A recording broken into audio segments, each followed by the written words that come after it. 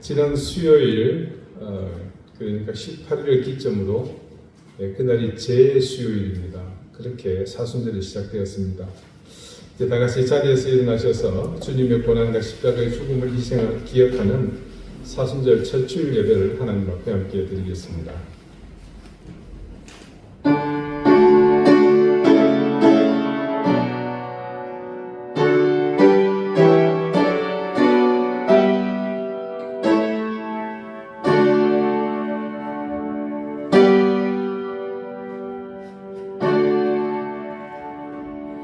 이에 예수께서 제자들에게 이르시되 누구든지 나를 따라오려거든 자기를 부인하고 자기 십자가를 지고 나를 따를 것이니라. 누구든지 제 목숨을 구원하고자 하면 잃을 것이요 누구든지 나를 위하여 제 목숨을 잃으면 찾으리라. 아멘. 고난과 십자가가 기다리는 예루살렘으로 향하시는 주님, 아버지 하나님께 받은 사명을 완성하시려고 예루살렘을 향해 가셨던 주님, 그 길이 곧 오늘 탐욕과 무지로 잔뜩 부풀어 오른 수치스럽기 이를 데 없는 나를 살리시려는 길임을 다시 한번 기억합니다.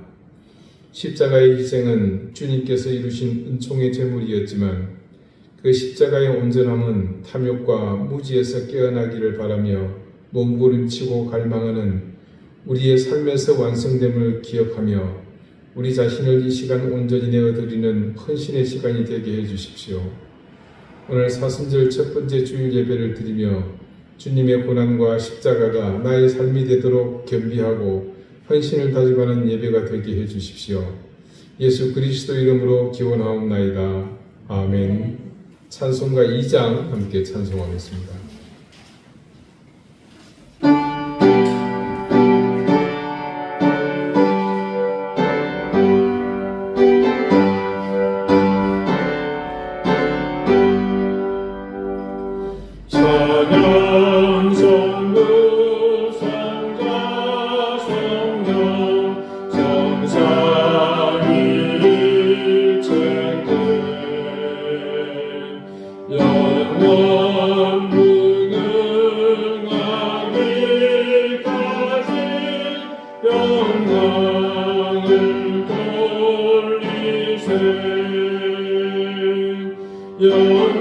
영광을 돌리세. 아멘.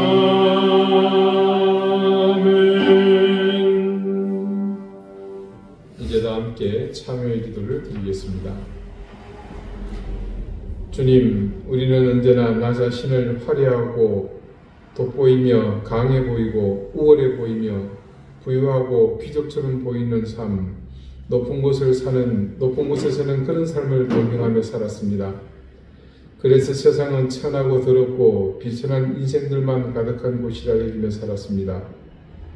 우리에게서 주님의 고난과 하나님의 의를 이루시기 위해 당하신 주님의 십자가 희생이 잊혀졌기에 우리는 오로지 그 고난과 죽음으로 이루신 열매만을 소유하려는 염치 없는 삶을 살았습니다. 섬김과 희생, 나눔과 베품, 우리는 그 같은 그리스도인의 마땅한 삶을 가치없게 여기고 그래서 주님의 고난과 십자가의 죽음을 의미 없이 만들면서 사는 그런 삶을 살았습니다. 주님, 우리의 불의함을 용서해 주십시오. 내가 아닌 타인은 안중에도 없었으며 이웃과 심지어 가족조차도 온전히 섬기며 사랑하지 못하고 살았던 우리의 삶을 용서해 주십시오. 예수님의 이름을 팔아 나를 바꾸며 살던 지난 삶들을 회개하오니 주님, 우리의 죄를 용서해 주십시오. 이제는 하나님과 나만이 하는 은밀한 죄를 생각하며 계속해서 침묵 가운데 참회의 기도를 드립니다.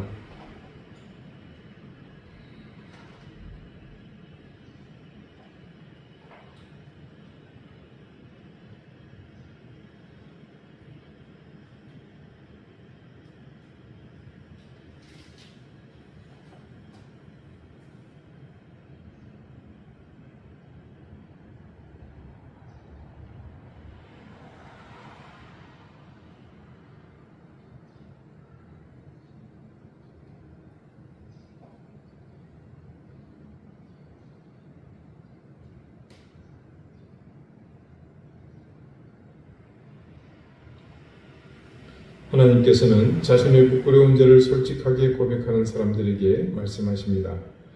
여호와께서 그의 앞으로 지나시며 선포하시되 여호와라 여호와라 자비롭고 은혜롭고 노하기를 더디하고 인자와 진실이 많은 하나님이라 인자를 천대까지 베풀며 악과 과실과 죄를 용서하리라.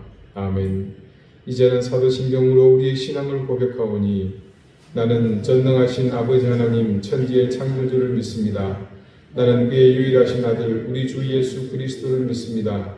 그는 성령으로 잉태되어 동정녀 마리아에게서 나시고 본디오 빌라도에게 고난을 받아 십자가에 못 박혀 죽으시고 장사된 지 사흘 만에 죽은 자 가운데서 다시 살아나셨으며 하늘에 오르시어 전능하신 아버지 하나님 우편에 앉아 계시다가 거기로부터 살아있는 자와 죽은 자를 심판하러 오십니다. 나는 성령을 믿으며 거룩한 공교회와 성도의 교제와 죄를 용서받는 것과 몸의 부활과 영생을 믿습니다. 아멘. 자리에 앉으시기 바랍니다. 이제 다 함께 성신을 교독하겠습니다.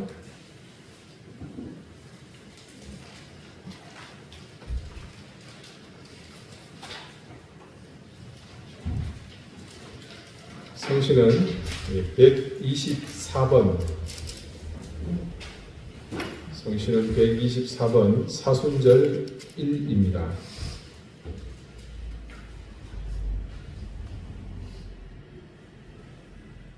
내 하나님이여 내 하나님이여 어찌 나를 버리셨나이까. 어찌 나를 멀리하여 돕지 아니하시며 내 신음소리를 듣지 아니하시나이까. 내 하나님이여 내가 낮에도 부르짖고 밤에도 잠잠하지 아니하오나 응답하지 아니하시나이다. 이스라엘의 찬송 중에 계시는 주여 주는 거룩하시나이다. 우리 조상들이 주께 의뢰하였으므로 그들을 건지셨나이다. 그들이 주께 부르짖어 구원을 얻고 주께 의뢰하여 수치를 당하지 아니하였나이다. 나를 멀리하지 마옵소서. 환난이 가까우나 도울 자 없나이다. 악한 무리가 나를 불러 내 수족을 찔렀나이다. 내가 내 모든 뼈를 셀 수 있나이다. 그들이 나를 주목하여 보고 내 겉옷을 나누며 속옷을 제비 뽑나이다.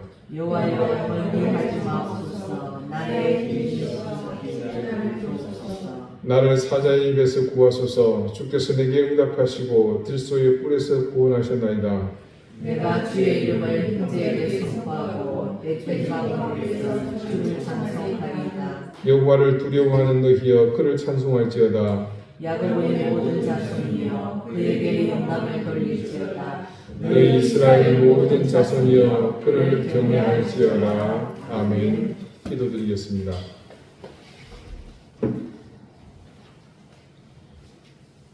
하나님이 세상을 이처럼 사랑하셨다는 것은 마침내 골고다의 언덕을 오르며 온갖 고난과 모욕을 감당하시고 마침내 십자가의 죽음을 향해 나가는 길임을 알았습니다. 오늘 우리는 하나님이 우리를 사랑하신 이처럼의 의미를 되새기며 주님께서 고난받으시고 죽임당하신 그 대속의 은혜로 우리가 사는 인생임을 분명히 자각하게 해주십시오. 변함없이 정하신 시간에 사순절이 시작되었습니다. 주님께서 걸어가셨던 그때의 모든 걸음을 우리가 비록 따라가지 못하지만 그 길이 분명 우리 앞에 있음을 부인하지 않게 해주십시오. 면류관만을 바라보는 이기적인 눈이 고난의 십자가를 보게 하시고 그것이 곧 나의 삶이며 목적이 되는 신앙이 되게 해주십시오. 그래서 누군가 우리에게 가는 길의 목적을 묻고 방향을 묻거든 이 십자가를 당당하게 보여줄 수 있도록 그 길을 우리의 가슴에 담고 살게 해 주십시오. 오늘 이 시대는 모두가 자신이 죄인임을 깨닫지 못하고 살고 있습니다.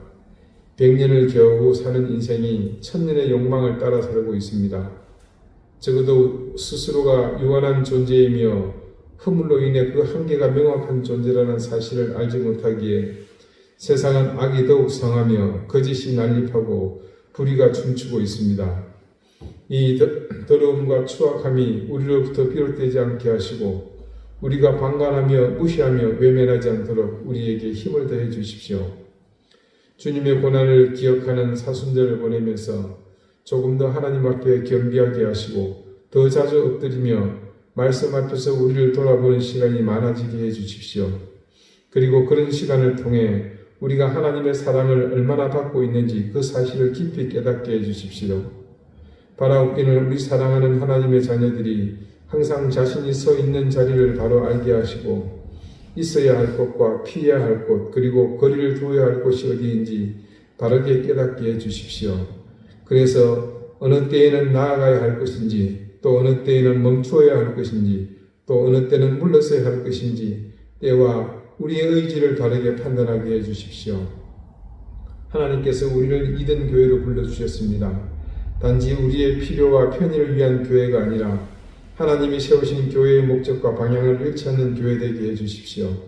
하나님의 말씀이 살아 숨쉬게 해주시고 불의와 거짓 앞에 언제나 두려움이 느껴지는 그런 교회가 되게 해주시기를 구합니다.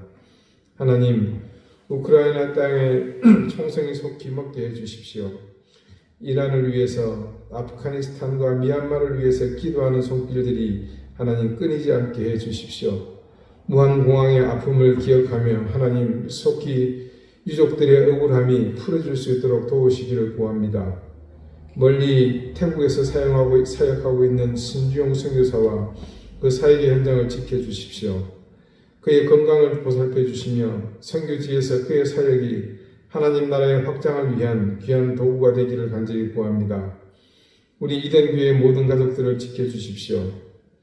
이 어려운 경제 상황 가운데서도 세급의 현장을 보호해 주시며 무엇보다도 자녀들에게 힘을 더해 주십시오.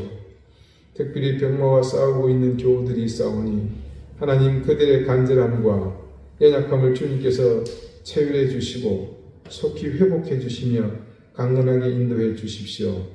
이제 하나님 우리가 주님의 말씀을 드려야 합니다.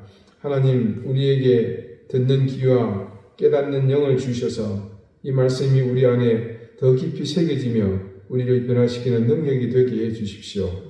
주님의 은혜를 바라며 겸손히 주님만을 바라봅니다. 주님 이 시간 역사하셔서 우리를 붙드시고 은혜로 이끌어 주십시오. 예수 그리스도 이름으로 기도드립니다. 아멘.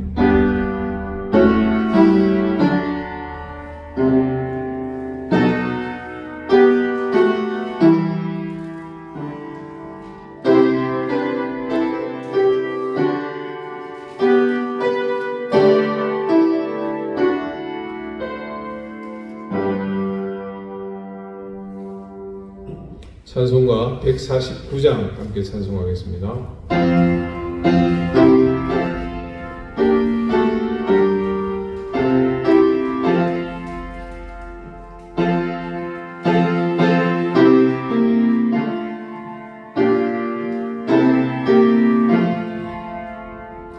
주 알려주는 십자가 우리가 생각할 때에 세상에 속한 욕심은 헛된 줄 알고 원이네. 죽으신 그 주밖에는 자랑을 말해하소서.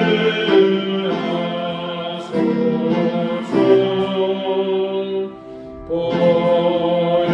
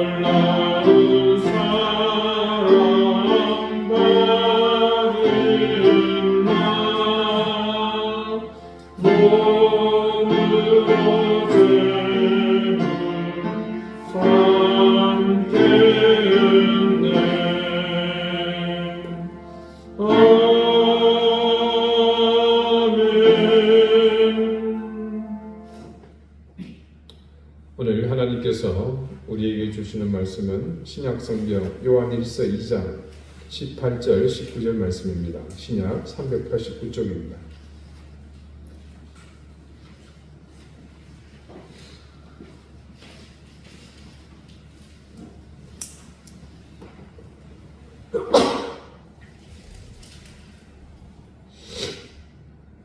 요한일서 2장 18절 19절 말씀을 제가 읽겠습니다. 이제 다 같이 자리에서 일어나 하나님의 말씀을 경청하십시오. 아이들아, 지금은 마지막 때라. 적 그리스도가 오리라는 말을 너희가 들은 것과 같이 지금도 많은 적 그리스도가 일어났으니 그러므로 우리가 마지막 때인 줄 아노라. 그들이 우리에게서 나갔으나 우리에게 속하지 아니하였나니 만일 우리에게 속하였더라면 우리와 함께 거하였으리니와 그들이 나간 것은 다 우리에게 속하지 아니함을 나타내려 함이니라. 아멘. 자리에 앉으시기 바랍니다. 하나님께서 이 말씀으로 우리에게 은혜 주시기를 원합니다. 오늘 말씀의 첫 구절에 요한이 한 특정한 때를 말하고 있죠. 아이들아, 지금은 마지막 때라. 마지막 때입니다. 시기적으로 이때는 사도 요한이 거의 인생의 말년을 보낼 때입니다. 예수님께서 서기 0년에 태어나셨고 33년을 사시다가 돌아가시고 부활 후 승천하셨습니다. 그때 요한의 나이가 겨우 20세에 못 미칠 때였습니다. 그리고 그가 거의 100세가 다 되어 세상을 떠났으니 이 편지를 쓸 때의 시간이 예수님 승천하신 이후 70년에서 80년 정도라고 볼 때 지금 요한이 마지막 때라고 말하는 그때는 시간상으로 보면 서기 약 100년에서 110년 사이로 볼 수 있습니다. 분명 요한은 마지막 때라고 여기서 말하고 있는데 여러분, 그 마지막이 실제로 왔습니까? 아직 오지 않았습니다.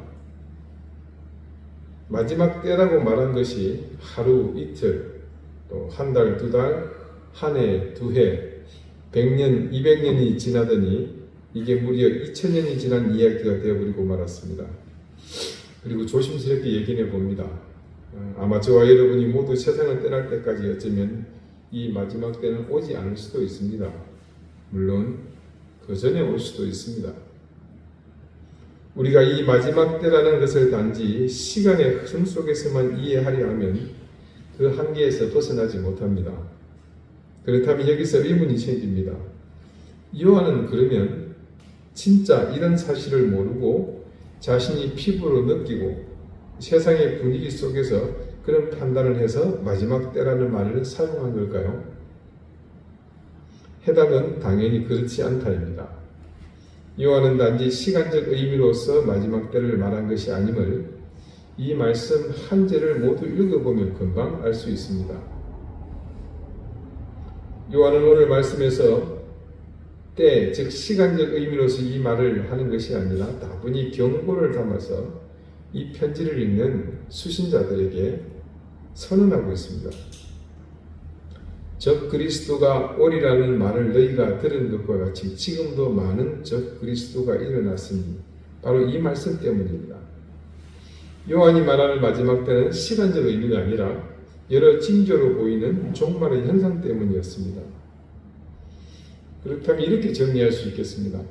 요한이 말하는 마지막 때는 시간적인 종말을 의미하는 것이 아니라 진리와 거짓이 심각하게 충돌하는 영적 위기의 시대가 도래했다라고 경고하고 있는 겁니다. 우리가 앞서서 봤듯이 그 시대 교회에 여러 이단과 사설들이 교회 안에 들어와서 그리스도인들을 위협하고 있었습니다. 그런데 그런 현상이 점차 잦아드는 것이 아니라 더욱 크고 다양하게, 그것도 왕성하게 일어났다는 것을 짐작할 수 있습니다. 여기 요한의 주장 가운데 많은 적 그리스도가 일어났다는 말에 집중해 봅시다. 그러니까 그 당시 교회 안에 거대한 하나의 악이 아니라 수많은 다양한 거짓들이 교회 안으로 들어와서 왕성하게 활동했다는 의미입니다. 요한이 교회들을 보고 있자니 그 시대에 진짜와 가짜가 점점 더 구분하기 어려워지고 있다는 절박한 깨달음에서 이것이 비롯됐음을 짐작하게 합니다. 저 그리스도는 어떤 인물들입니까? 예, 빨간 그리스도가 아니고요. 이들은 아버지와 아들을 부인하는 자들입니다. 뭐 이게 페미니스트가 아니고요. 여기서 아버지는 창조주 성부 하나님을 말합니다. 아들은 당연히 구주 예수 그리스도죠. 단순히 신학적인 표현이 아닙니다. 겉으로는 신앙적입니다. 하지만 실제로는 창조주 하나님을 부인하는 것과 더불어 예수의 신성과 구속 사역을 부정하는 그런 것들을 말합니다. 오늘날의 저 그리스도를 보십시오. 예수님은 좋은 선생님입니다. 윤리를 실천하십시오. 사랑의 가르침을 따르세요 라고 말합니다. 표면적으로는 그럴싸해 보입니다. 경건해 보이고, 그렇지만 십자가의 구속과 영혼의 구원은 교묘하게 피해갑니다. 무시합니다. 그런데 이런 문화가 사회 전반에 자리 잡으면서 그들이 분위기를 주도하고 있습니다. 고대 중국을 일컫는 표현 중에 이런 말이 있죠. 춘추시대, 춘추전국시대. 택기는 근사한 말 같지만 이게 본질이 뭡니까? 너도 나도 이놈 저놈, 동네가 조금 크면 이것도 나라 저것도 나라, 사방천지에 난립하던 그런 시대입니다. 그렇게 난립하던 나라를 하나로 통일한 인물이 있죠. 중국 최초의 통일국가를 세운 사람, 시황제입니다. 그런 시황제가 오래 살려고 별짓을 다 했죠. 우리 제주도도 사람을 보냈지 않습니까? 근데 결국 그도 죽고 맙니다. 그 다음 대를 이은 아들이 왕이 호해입니다. 사기를 보면요, 이 호해는 사랑구실을 제대로 못했어요. 바보 천치였습니다. 근데 어떻게 왕이 됐냐 하면, 간신이었던 조고라는 사람이 그 당시에 최고 벼슬이죠. 승상인 이사라는 인물과 짜고 이 진시황의 이 사랑구실 못한 아들 호해를 왕위에 세웁니다. 그런 과정에서 장남인 부소 또 맹장이자 용장이었던 몽염에게 자기를 명하는 서신을, 시황제의 가짜 사인을 도용을 해서 전하게 되고 그들을 모두 제거하게 되죠. 그리고 난 다음에 이 허수아비 아들 호해를 황제에 옹립합니다. 그리고 이 조건은 심지어 그 일을 도모했던 성상도 제거해버리고 자기가 그 최고의 벼슬에 오르게 됩니다. 그런 다음 어떤 일을 하느냐면요, 이 어리석은 아들을 호해를 꼬드겨가지고 자신에게 걸림돌이 될 것 같은 조정의 중심들을 싹 다 제거합니다. 근데 사람의 욕심이 끝이 있나요? 이 조고는 그때부터 본격적으로 자신이 황제가 될 욕심을 품고 이 조정의 신하들이 자기를 제대로 따르고 있는지 살피기 위해서 한 가지 터무니없는 일을 벌입니다. 어느 날 아침 조정에 사슴을 한 마리 가져와서 황제 앞에 바칩니다. 황제께 제가 말을 한 마리 바칩니다. 누가 봐도 멀쩡한 사슴인데 그걸 말이라고 하면서 바치는 겁니다. 영문을 몰랐던 호해는 웃으면서 승상이 아침부터 무슨 농담을 하시는 거예요. 사슴들을 말이라 한단 말입니까? 하면서 이 눈치코치 없는 애가 팩트를 시전합니다. 하지만 조고는 아니라고, 이건 말이라고 계속 우깁니다. 그러자 이 황제 호해는 신하들에게 묻습니다. 이게 여러분 말로 보이시오? 그렇게 묻습니다. 근데 그때 이 조고의 진짜 속셈은 여기에 있었습니다.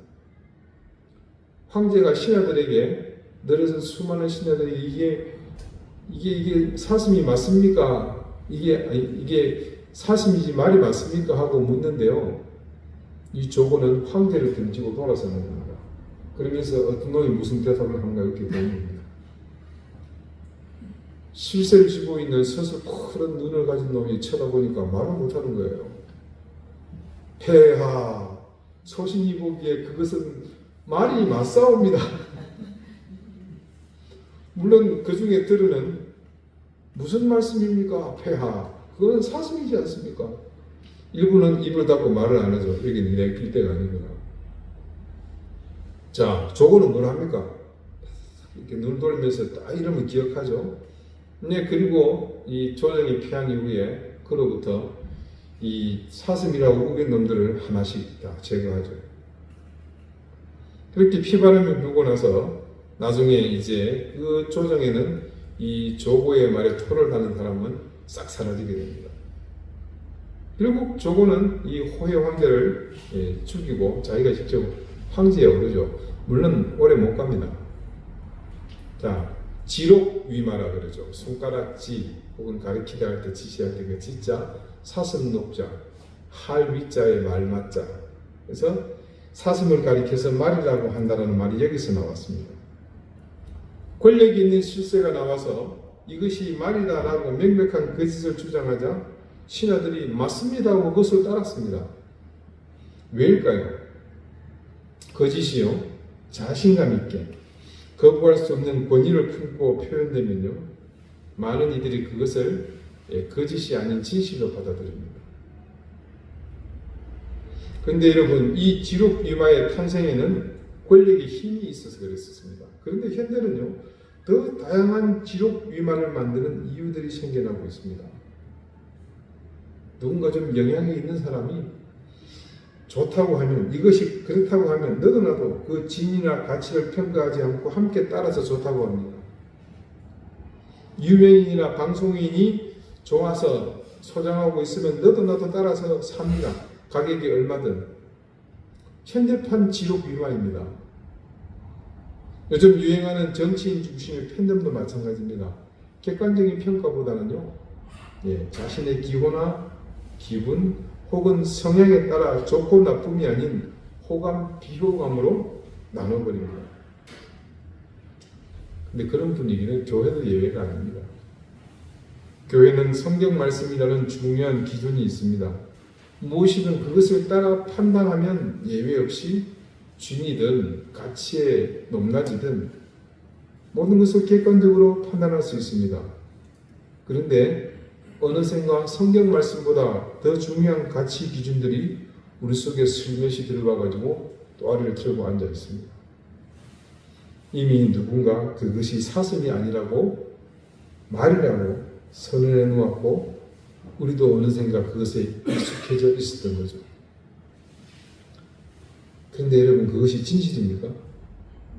진리겠습니까? 안타깝게도 그것은 이제 중요하게 생각되지 않습니다. 그렇게 우리 속에는 이미 진리와 거짓이 혼재되어 사는 세상이 되어버렸습니다. 그러다 보니 이제 우리 스스로도 어떤 것이 진실이고 거짓인지 구분하려 하지 않습니다. 그저 익숙하고 또 편리하고 무엇보다 나의 감성과 기호에 맞는 것이 좋습니다. 헨리 지킬 박사는요, 인간의 몸에 선과 악 두 가지의 본능이 있다는 가설을 세우고 여러 가지 실험을 한 끝에 인격을 분리해서 육신으로 드러내는 화학 약물을 만드는 데 성공합니다. 지킬 박사는 그 약물을 통해서 자신의 내면에 존재하는 악한 인격인 에드워드 하이드를 분리해내게 되죠. 그리고 동시에 약효가 유지되는 동안 이 하이드로 변신할 수 있게 됩니다. 지킬 박사는 약을 통해 하이드로 변신한 후에 어떤 일을 벌입니까? 평소 자신은 존경받는 학자이기 때문에 하지 못했던 일탈들을 이 하이드를 통해서 하게 되죠. 그의 인격은 분리되었지만 결국 동일 인물이라 주도하는 인격이 다를 뿐 기억이나 경험을 공유하는 처지입니다. 그래서 실험의 성공에 고무되어서 지킬 박사는 더욱 많은 약물을 만들어 마셔서 계속해서 하이드로 변신합니다. 시간이 지날수록 내면의 하이드를 통제할 수 없게 되었고 하이드의 일탈은 소소한 경분비 수술을 벗어나서 사람을 죽이는 일까지 서슴지 않게 됩니다. 하이드에서 돌아온 지킬 박사는 본인이 저질러버린 살인을 자각하고 더 이상의 변신을 자제해야겠다고 마음먹지만 지나친 약물의 남용으로 지킬 박사의 내면은 이미 선과 악의 균형이 깨져버렸습니다. 결국 내면의 악인 하이드가 본래 인격인 지킬보다 더 강해진 탓에 약을 먹지 않아도 본인이 통제할 새 없이 저절로 하이드로 변신하게 되었고 오히려 이젠 지킬 박사의 모습을 유지하기 위해 약을 마셔야 할 처지에 이르게 됩니다. 이렇게 자기 자신을 유지하기 위한 지킬 박사의 약물 복용 주기가 점차 짧아지고요. 만들어두던 약물이 바닥을 보기 시작합니다. 지킬 박사는 약물을 더 조제하려 하는데 새로 만든 약물이 이게 마셔도 아무 효용이 없는 거예요. 알고 봤더니 지킬 박사가 처음 그 약물을 만들 때 자신도 모르는 불순물이 있었습니다. 그것이 약효를 냈던 거죠. 근데 그걸 도무지 알아낼 길이 없는 거예요.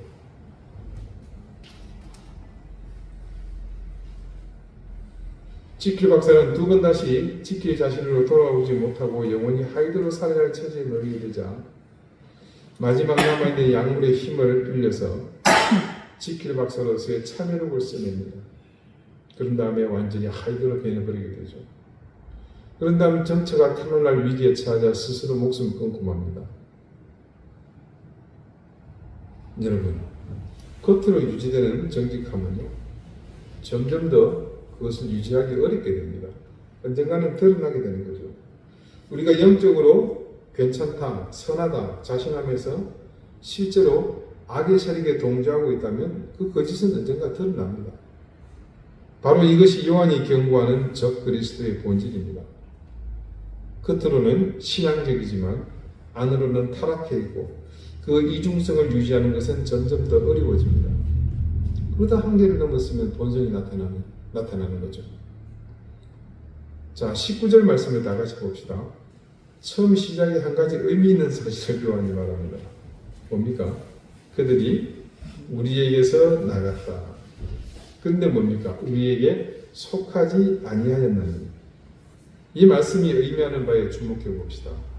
여기서 그들이 교회를 떠났다는 것은 교회를 배신하고 나간 게 아닙니다.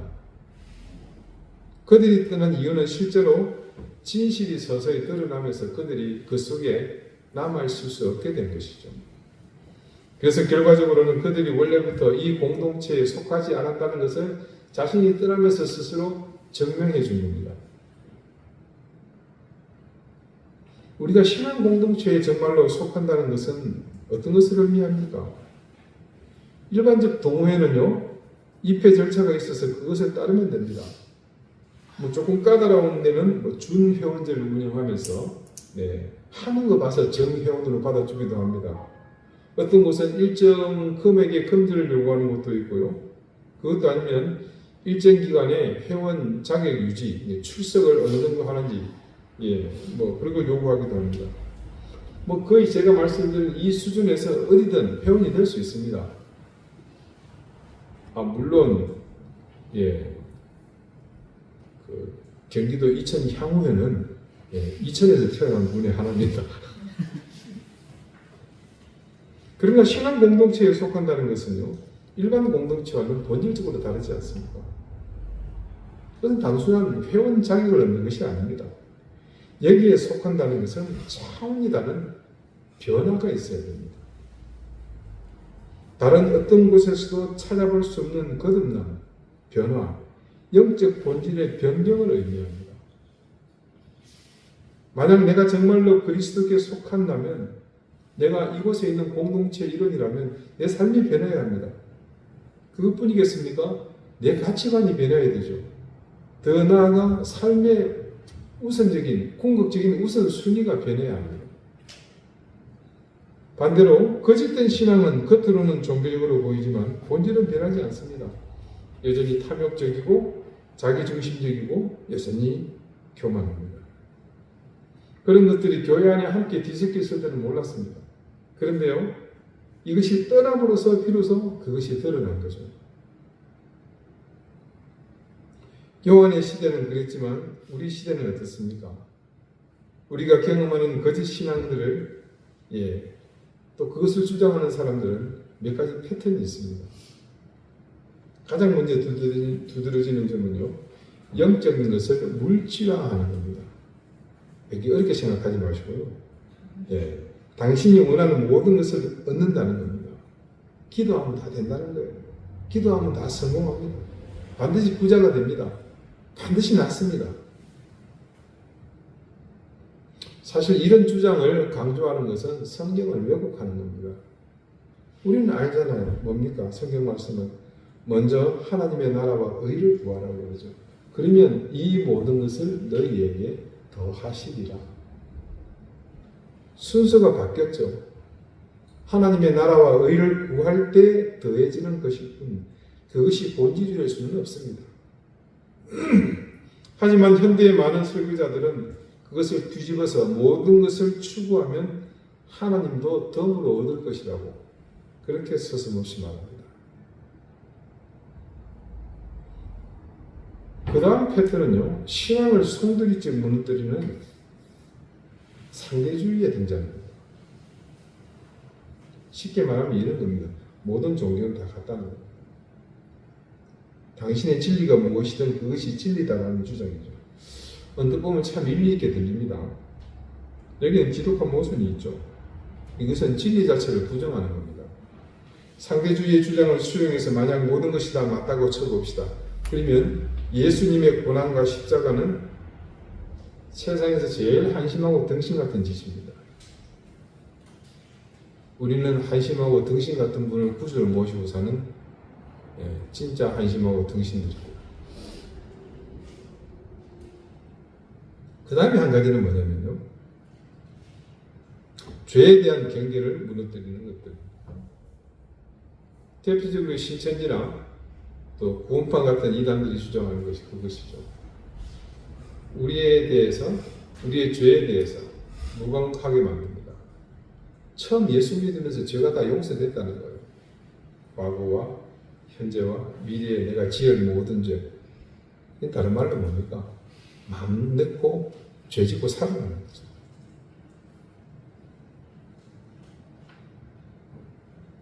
그러므로 우리는 이런 거짓 신앙들에 맞서서 진짜 신앙을 찾아야 됩니다. 진짜 신앙을 여러분 우리의 감각에 의존해서는 안 됩니다. 말씀을 통해서 영적인 분별력을 가지고 볼 수 있어야 되죠. 자, 몇 가지 지침을 여러분에게 말씀드리겠습니다.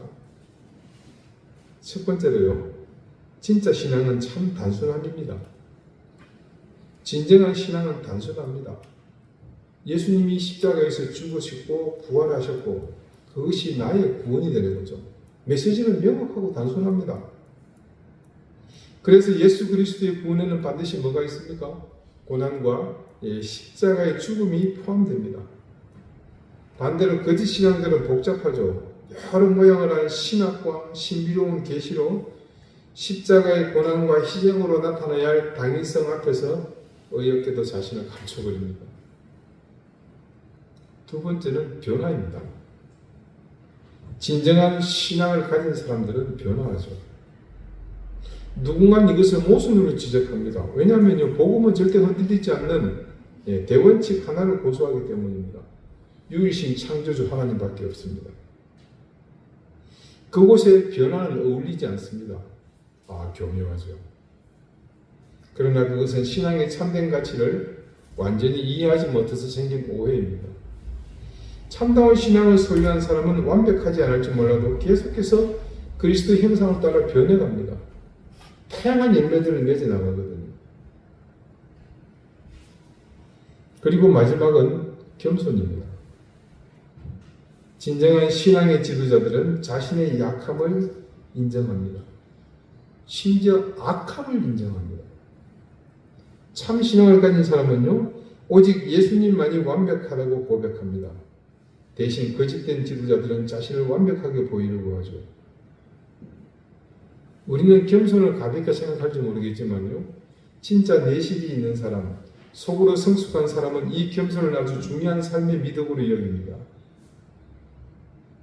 흉내내는 것이 아니라 그 내면이 익어갈수록 그 겸손이 삶이 되죠. 신앙도 마찬가지입니다. 진짜 믿음을 가진 사람은 교만하지 않습니다. 누가 시키지 않아도 겸손히 자연스럽게 속에서부터 우러나옵니다. 여러분, 제가 옛날에 우스갯소리 할 때 기억나십니까? 집회를 갔어요.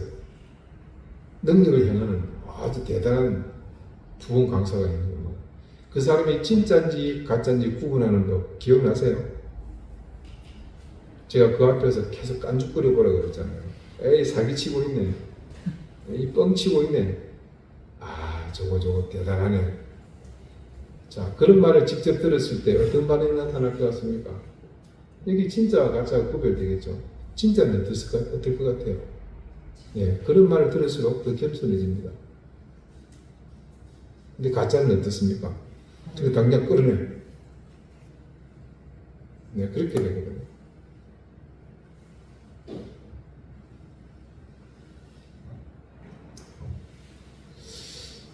자, 이 시점에서 우리가 한 가지 질문을 던져봅니다.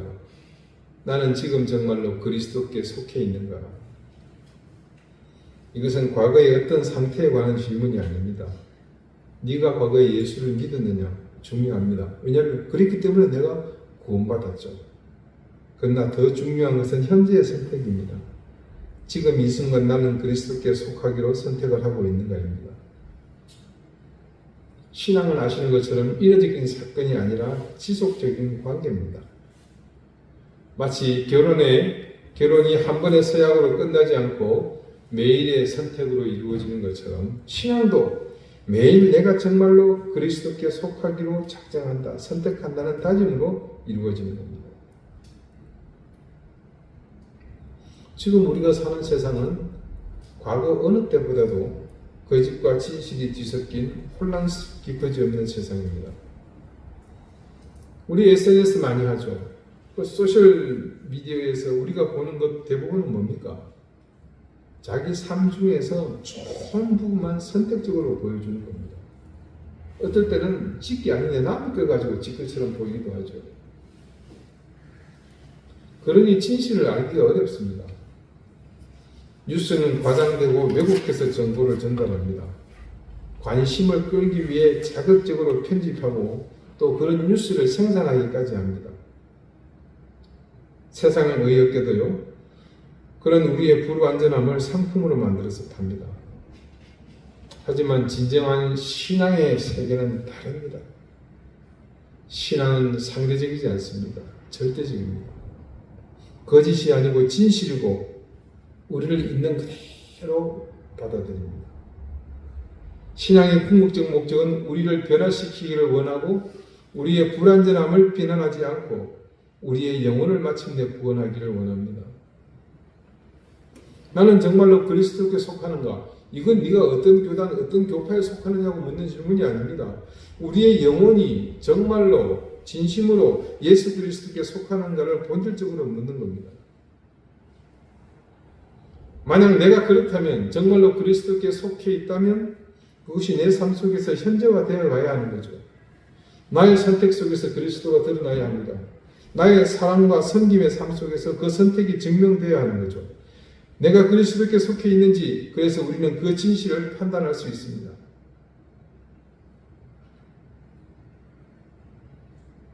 그래서 만약 내가 지금껏 거짓된 신앙 속에 있었다면 지금은 돌아와야 할 때입니다. 예수님께서 이 땅에 사역을 시작하시면서 첫 번째 선언하실 때 말씀을 기억하시죠, 여러분. 회개하라, 천국이 가까웠다. 그것은 위협이 아니라 은혜로의 초대입니다.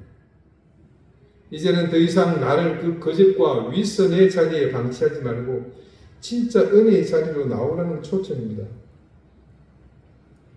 여러분, 어둠이 언제가 가장 짙을 때인 줄 아십니까? 아시죠? 네. 그래서 전쟁을 할 때요, 개전을 할 때 보면 거의가 그 시간대입니다. 동이 트기 직전이죠. 그렇듯이 거짓이 많을수록 진리의 빛은 더욱 밝게 빛납니다. 그 어둠이 가장 짙을 새에 서서히 떠오르는 그 여명은 강력한 빛으로 역사하는 법입니다. 여러분은 그 빛에 속하기로 선택하시겠습니까? 모든 것을 버리고 그리스도께만 속하기로 선택하시겠습니까? 이것이 요한이 우리 각 사람에게 던지는 질문입니다. 요한이 지금 마지막 때를 강조하는 것은 우리를 두렵게 하기 위한 목적이 아닙니다. 더욱 경계하고 깨어있으라는 주문이죠. 마지막 때 종말의 때를 말하는 것입니다만 역설적으로 종말의 진실은 뭡니까? 예수 그리스도께서 다시는 오시는 때이기도 합니다. 오시는 그분 앞에 우리가 과연 거짓과 위선, 참다운 신앙이 아닌 것을 들고 나아갈 수 있겠습니까? 그러므로 이런 중요한 때에 우리는 이제 직면한 결정에 대해 선택해야 할 때입니다. 우리가 어떤 선택을 할지는 자명해졌습니다. 나의 선택, 오로지 참 진리이신 그리스도 안에서 그분의 말씀을 따라서만 선택하는 것, 그것만이 우리가 할 수 있는 유일한 선택입니다. 사순절이 시작되었습니다. 해마다 반복되는 이 절기가 어떤 의미인지 오늘 말씀을 통해 우리는 또 한 번 확인합니다. 이때가 되었으니 또다시 우리의 신앙을 더 깊이, 심도 있게, 심층적으로 점검하라는 겁니다. 예수 그리스도의 고난과 십자가 앞에서 나를 바라보며 내가 그 기준대로 살고 있는지 말입니다. 이 은혜의 시간에 우리 자신을 온전한 참 신앙의 모습으로 회복하는 그런 은혜가 여러분 가운데 있으시기를 바랍니다. 기도드리시겠습니다. 주님, 우리가 이 혼돈의 시대 속에서 오직 주님의 빛에 속하기를 원합니다. 진정한 신앙의 공동체로 떠나지 않고 주님만을 바라보기를 원합니다. 지금도 우리의 손으로 굳게 쥐고 있는 것이 참 신앙인지 바르게 판단하게 하시고, 지록 위마의 유혹과 강압에서 참 복음의 가치만을 유일한 것으로 당당하게 말할 수 있게 해주십시오. 요한이 말하는 마지막 때의 위기와 기회를 우리의 위기와 기회로 깨닫고 이제 더욱 깨어 진실과 믿음 앞으로 적극적으로 다가가게 해주십시오. 이 사순절이 바로 그런 은혜를 입는 복된 시간이 되도록 우리를 인도해 주시기를 바라오며 예수 그리스도 이름으로 기도드립니다. 아멘. 찬송가 179장 함께 찬송하겠습니다.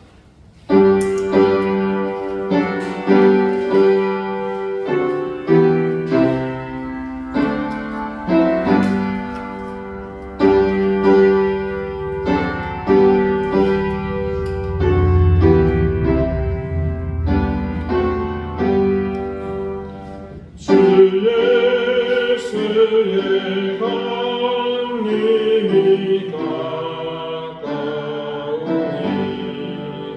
저 천국으로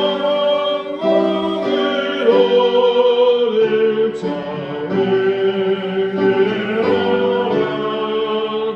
주 성령도 너희를 부르시고 그 천사도 나와서 영접하네.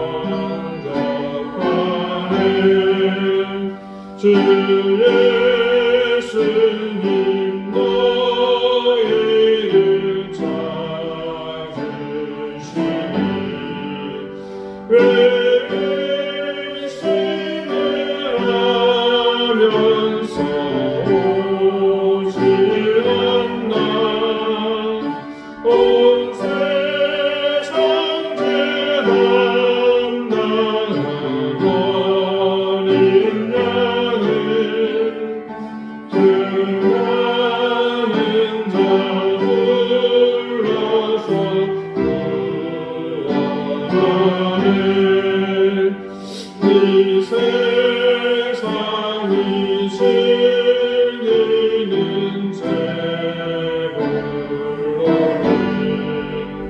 내겐 심나고 소리 엄연하니 또 성일 때 위로를 원하면 저 천국에 갈 길도 내 아버지 주시는 생명 양식 밥에 먹고서 영생하라. 고뇌심을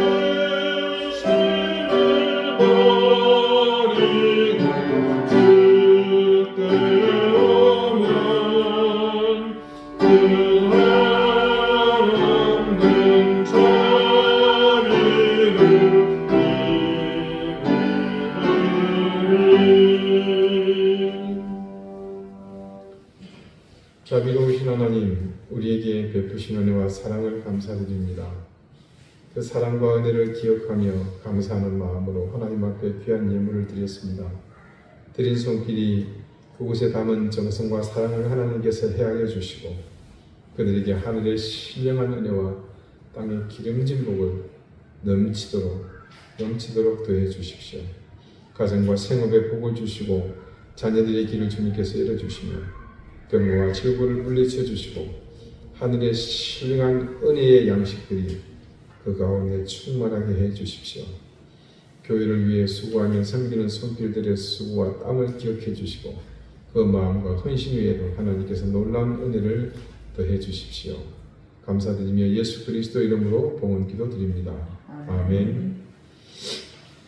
네, 교회 소식 알려드리겠습니다. 사순절이 시작되었다는 걸 기억하시면서 주의 기준인 대로 주님의 고난과 십자가에 우리 자신을 겸비하며 경건과 절제로 은혜로운 사순절을 보낼 수 있기를 바라겠습니다. 고난 주간에 저희가 성찬을 할 수 있도록 그렇게 하겠습니다. 앞으로 몇 주가 더 가겠지만 몇 주가 기도를 준비하시고 함께 참여했으면 좋겠습니다. 다 같이 자리에서 일어나셔서 앞뒤 좌우에 계신 분들과 가정의 인사를 나누시겠습니다. 54장 함께 찬송합니다.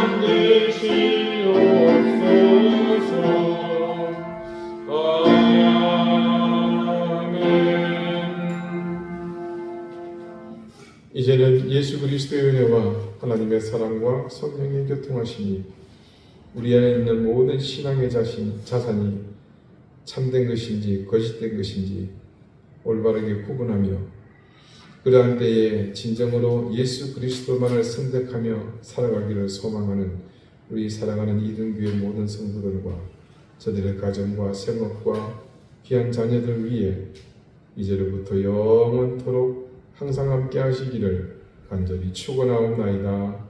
아멘.